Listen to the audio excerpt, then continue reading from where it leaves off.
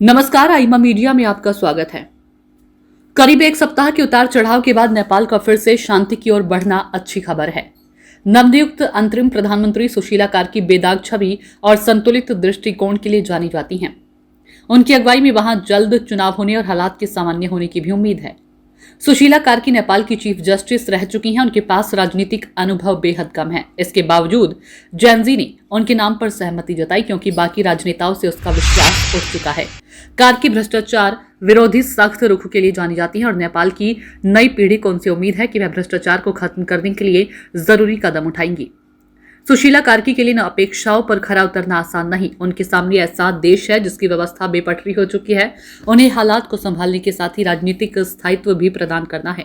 अच्छी बात तो यह है कि अंतरिम सरकार के गठन के साथ ही अगले साल मार्च में चुनाव कराने की घोषणा भी कर दी गई। नेपाल ने इस मामले में बांग्लादेश से सबक लिया है।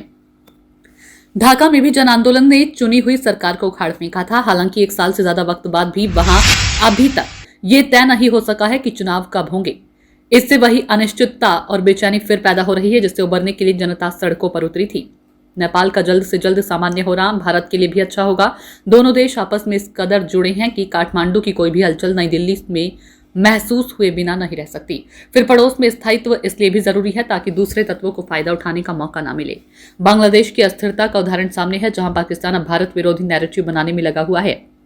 भारत नेपाल की सीमाएं ही नहीं जुड़ती, दोनों की संस्कृति, रहन सहन, खान पान भी बहुत हद तक साझा है। लेकिन केपीएस ओली के दौर में दूसरी साफ महसूस की जा सकती थी।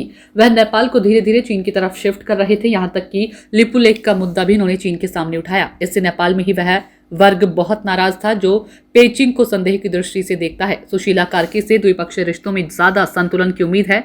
मणिपुर से पीएम नरेंद्र मोदी का नेपाल को संदेश देना इस रिश्ते की अहमियत बताता है। आईमा मीडिया को यदि आप YouTube पर देख रहे हैं तो कृपया सब्सक्राइब करें। यदि फेसबुक या सोशल मीडिया पर देख रहे हैं तो फॉलो करें। हमें अपनी राय कमेंट बॉक्स में अवश्य दें।